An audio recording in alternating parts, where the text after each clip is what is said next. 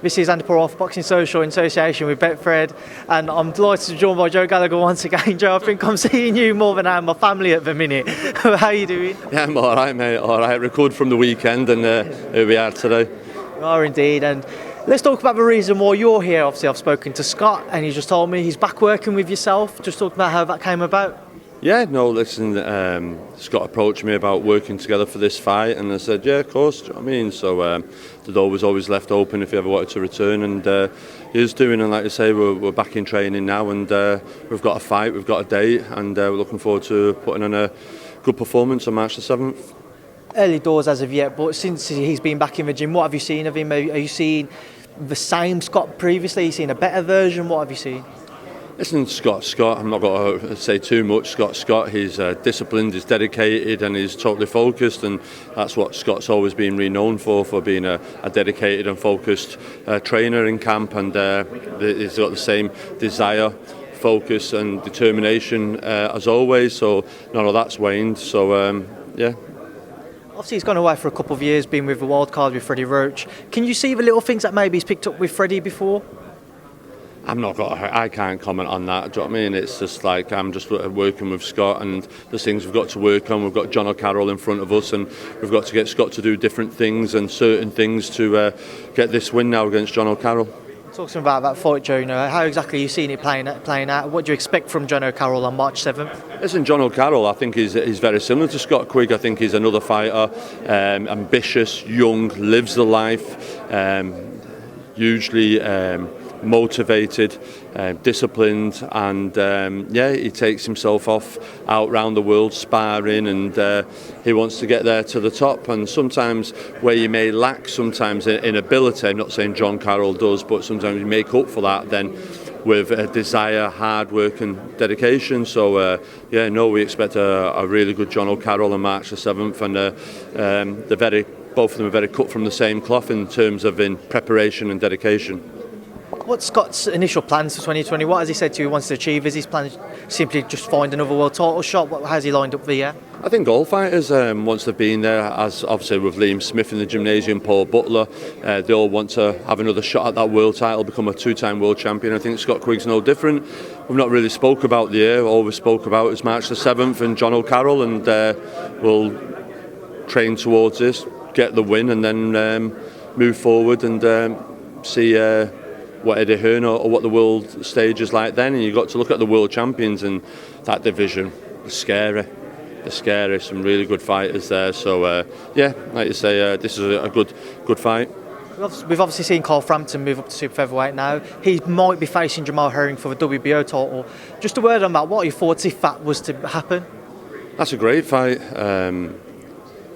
It's a tough fight. That Jamal Herring, good fighter, tall, upright, can punch.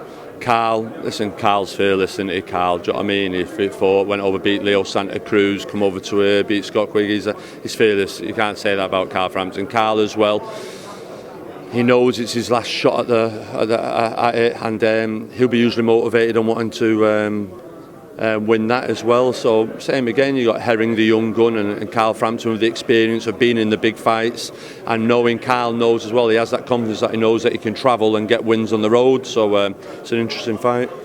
Now, to move on to a couple of fighters that you also train and you manage, some news which involves them. Start off with Liam Smith. You mentioned him there. Something come out this earlier today that he's been taken out of the WBC rankings because he never enrolled into their clean boxing program. What's your knowledge of that situation? First I've heard, to be honest. I don't know. I think with that ranking, I'm sure he was enrolled, because I remember all the lads in the gym being enrolled. I don't know whether they've asked him to send in new paperwork or updated, but there'll be some error or somewhere along the lines as simple as that. There's nothing in it at all, like, so I'm surprised that's first news to me, you telling me that there now. So I do know, like, Liam is now number 2 in the WBO world rankings and is really pushing Eddie to try and get that Texera fight. When can we expect to hear an announcement on Liam's next venture into the ring? Hopefully very soon. Like you said, we want the Texera fight, and in talks at the moment with Eddie about getting that. So. And then on to obviously Callum Smith. obviously we've been talking a lot about the Canelo fight between ourselves over these past couple of weeks, whether it be Callum, whether it be Billy Joe. And new names come out over the last few days. Murata possibly facing Canelo in Japan on Cinco de Mayo. Talk to me about your knowledge of the entire situation, Joe. Yeah, no, I got a phone call yesterday and saying about Murata in Japan, and sometimes you think, no, we're January, not April the 1st yet, but listen, that's a curveball. But I can understand it from Canelo. I think he did an interview over in Dubai or Saudi Arabia at the Joshua Bill, where he did say he wanted to fight in Japan. He did say he wanted to fight in the UK, and I just think to himself, he's most probably thinking, do you know what? He's seen Mayweather go over there, fight there. He's seen a new way fight in the World Boxing Super Series there, and I think he most probably thinks popularity-wise and fight-wise, go over there and fight. Murata's the choice opponent. Well, if that's who they pick, that's who they pick. Canelo fights who he wants, and that's it. But when and I've said that before, I'm sure Billy Joe as well. Although I believe the fight isn't done yet, I'm sure the likes of Billy Joe and Callum, it's a curveball for both of them. But like I said, we'll wait and see.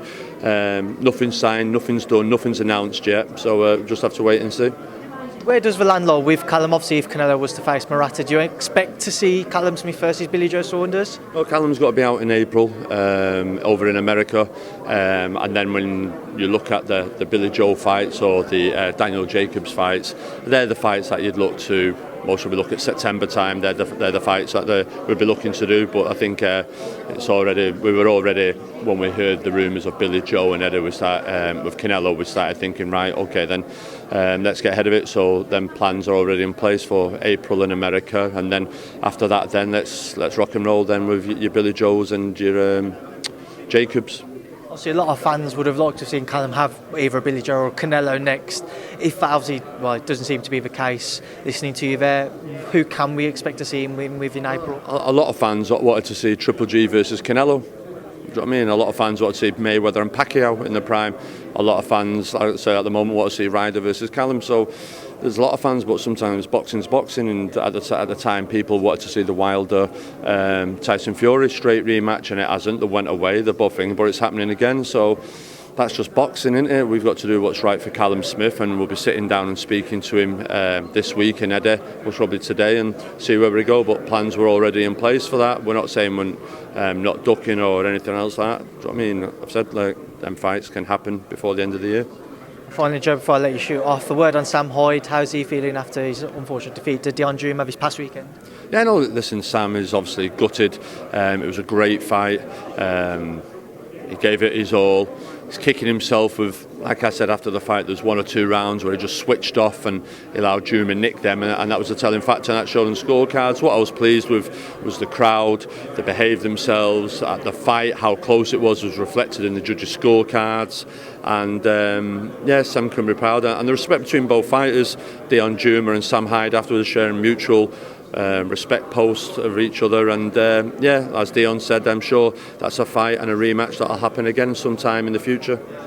Well, Joe Gallagher, I appreciate your time as always. Hopefully we won't be seeing you in the next few days once again, but it's always a pleasure, and it's good to see you doing well. Speak to you soon. As always, thanks for being Boxing Social. Cheers, no problem, Andy.